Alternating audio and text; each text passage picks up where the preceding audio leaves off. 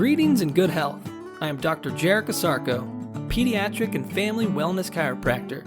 This is your Lifeline to Vitality, where we discuss ways to cultivate family wellness.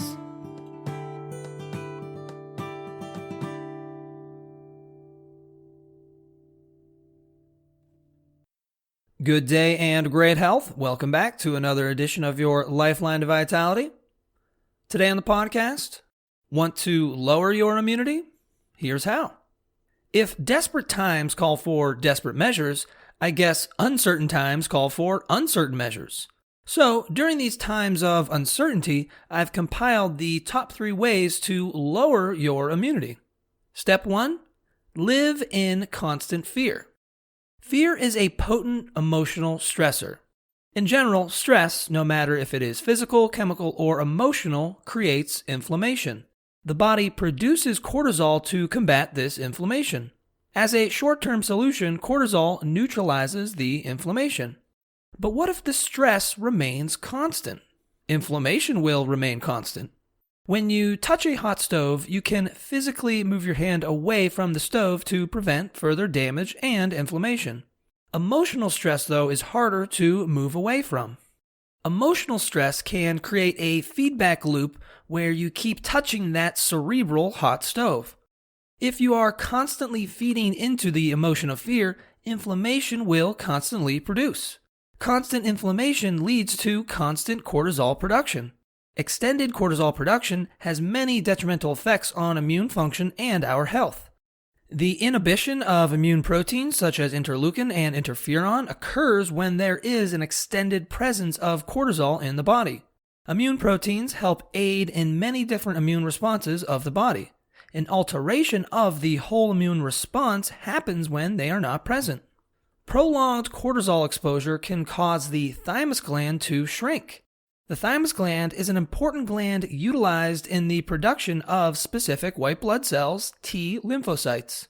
The thymus gland naturally shrinks as we age, and chronic stress and cortisol only hastens this process. Prolonged cortisol also slows the production of new lymphocytes and makes circulating lymphocytes less responsive to infection. It is also linked to disrupting cell-mediated immunity.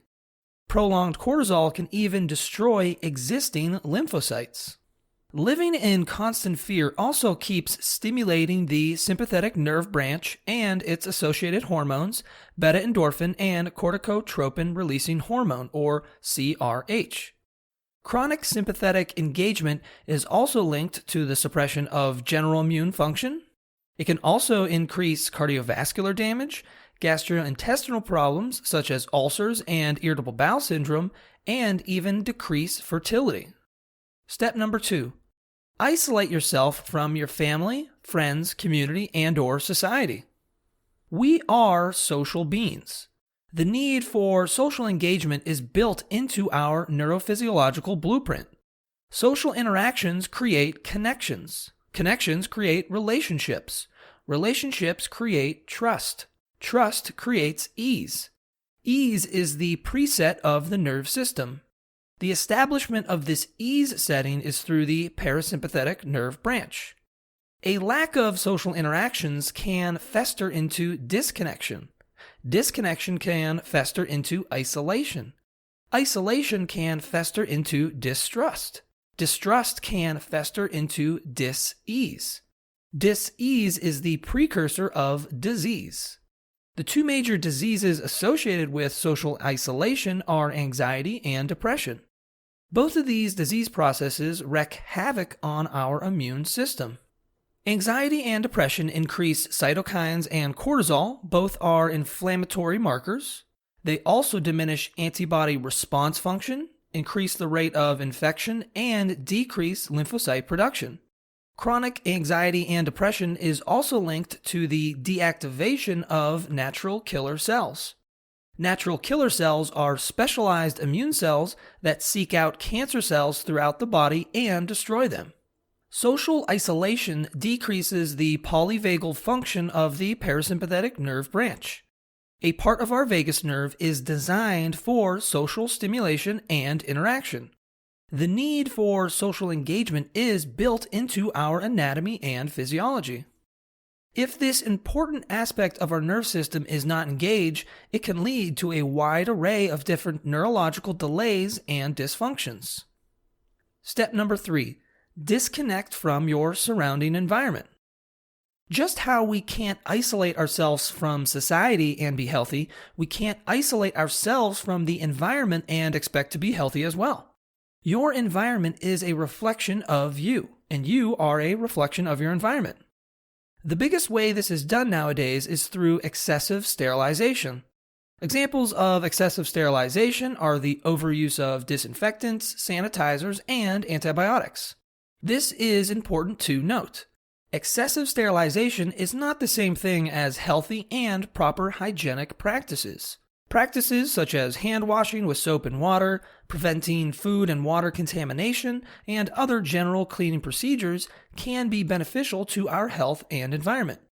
There is a big difference between healthy hygiene and excessive sterilization. Excessive sterilization negatively impacts your microbiome, while healthy hygiene does not. The microbiome is a collection of viruses, bacteria, and other bugs that live in a symbiotic relationship with us on our skin and in our body. They are often a reflection of the environment you find yourself in. This symbiotic relationship plays out in our immune function as well. The microbiome will assist in alerting the body to foreign pathogens that might be harmful to the health of both us and our microbiome. What if we sever that tie between the environment and ourselves? The microbiome starts to lose its diversity. This has a direct negative influence on the immune system and its function. Excessive sterilization can also increase the concentration of superbugs. Superbugs are pathogens that have built up a resistance to disinfectants and antibiotics. Neurologically, if we find ourselves at constant odds with the environment, we will also find ourselves in a constant state of sympathetic nerve stimulation.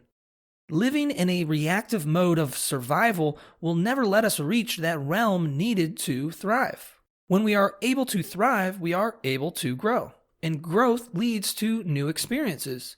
And this is where not only our health can flourish, but our lives as well. What is the root cause of these ways to lower your immunity? A sense of lost control. When we live in constant fear, isolate ourselves from society, or overprotect ourselves from the environment, we feel we have lost control in some way. The underpinnings of this idea was distilled by a psychologist named Angus Campbell in his book, The Sense of Well-Being. Quote, "Having a strong sense of controlling one's life is a more dependable predictor of positive feelings of well-being than any of the objective conditions of life we have considered." Having a sense of control is one of the greatest factors we can possess throughout our lives when it comes to health outcomes.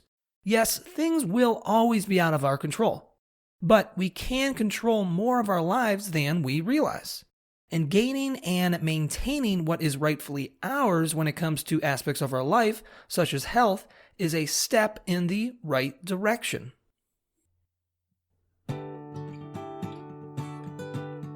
Thank you for listening. For even more information on how chiropractic can benefit you and your family, please check out my website, ohiospecific.com. That's ohiospecific.com. Until next time, remember to keep your head cool, feet warm, and your mind busy.